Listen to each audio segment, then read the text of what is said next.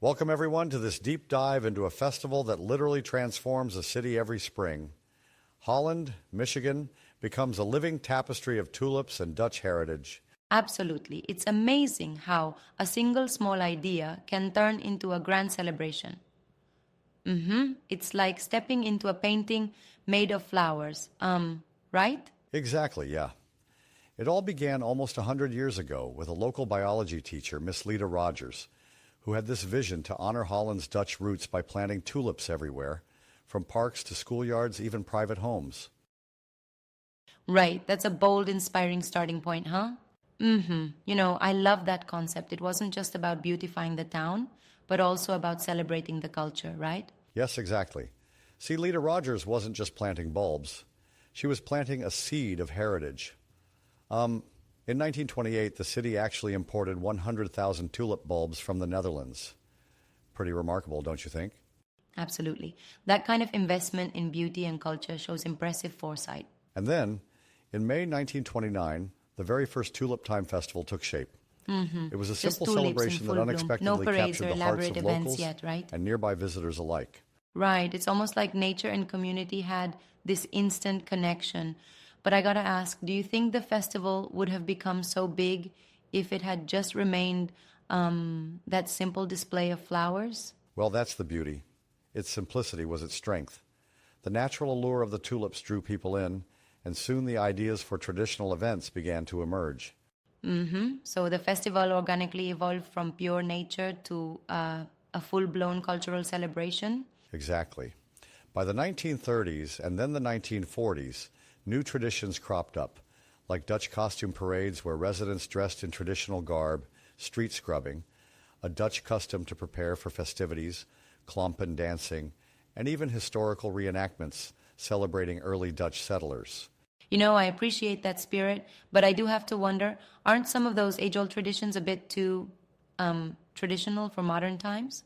There's always a risk of disconnect with newer audiences. That's a fair point.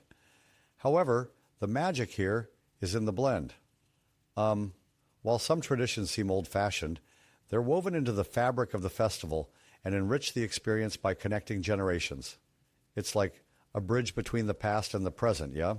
I get that. It's sort of like an heirloom recipe. It might be old, but it carries flavor and meaning that new recipes can only aspire to emulate. Totally. And then, as we look into the 1950s and 1960s, Tulip Time grew nationally recognized. The event started drawing thousands of visitors every year, and its reputation spread far and wide. Wow, that's a massive leap from a local planting initiative. What do you think pushed it into the national spotlight so decisively? It's really a combination of things. The inherent beauty of millions of tulips, the growing collection of cultural events, and a community that embraced the festival wholeheartedly. Plus, local businesses saw its potential early on. And with that, the festival naturally began to incorporate modern attractions, right? Yes, indeed. By the time we hit the 1970s, it wasn't just about the flowers. In fact, Queen Juliana of the Netherlands visited Holland during Tulip Time in 1976. Yeah, that's like an official royal nod to the festival's authenticity. That's really something special. A royal visit not only underscores the festival's rich Dutch heritage, but also amplifies its stature nationwide. Absolutely, and that helped cement Tulip Time as a national event. Nowadays, it's an 8-day extravaganza that attracts over 500,000 visitors. Imagine that, 500,000 people coming together every May to celebrate this vibrant legacy. That's an overwhelming influx of visitors for sure. What kind of activities are on offer at an event of that scale? Well, there's a mix of everything. Beyond the endless fields of tulips, over 5 million of them, by the way, the festival features multiple parades, the famous Volksparade, Dutch dancing by hundreds in traditional costumes, and even fireworks and live concerts. And don't forget the food. I mean, who can resist Dutch treats like poffertjes and stroopwafels? Exactly. The food vendors add a whole other layer to this multisensory experience. The festival isn't just about visuals or sounds, it's a full feast, all the way from taste to touch. It really sounds like every sense is celebrated. And thinking about it, the Windmill Island Gardens with the historic Deswan windmill is a pretty neat touch too. Absolutely.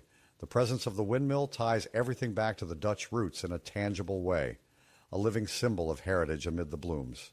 You know what's fascinating? How a modest idea from nearly a century ago not only beautified a town, but also built a bridge between history and modern celebration. Exactly. It's like a single spark that ignited a flame of community pride and cultural celebration. The legacy of Tulip Time goes far beyond the blossoms. It's now a central lifelong tradition for the community.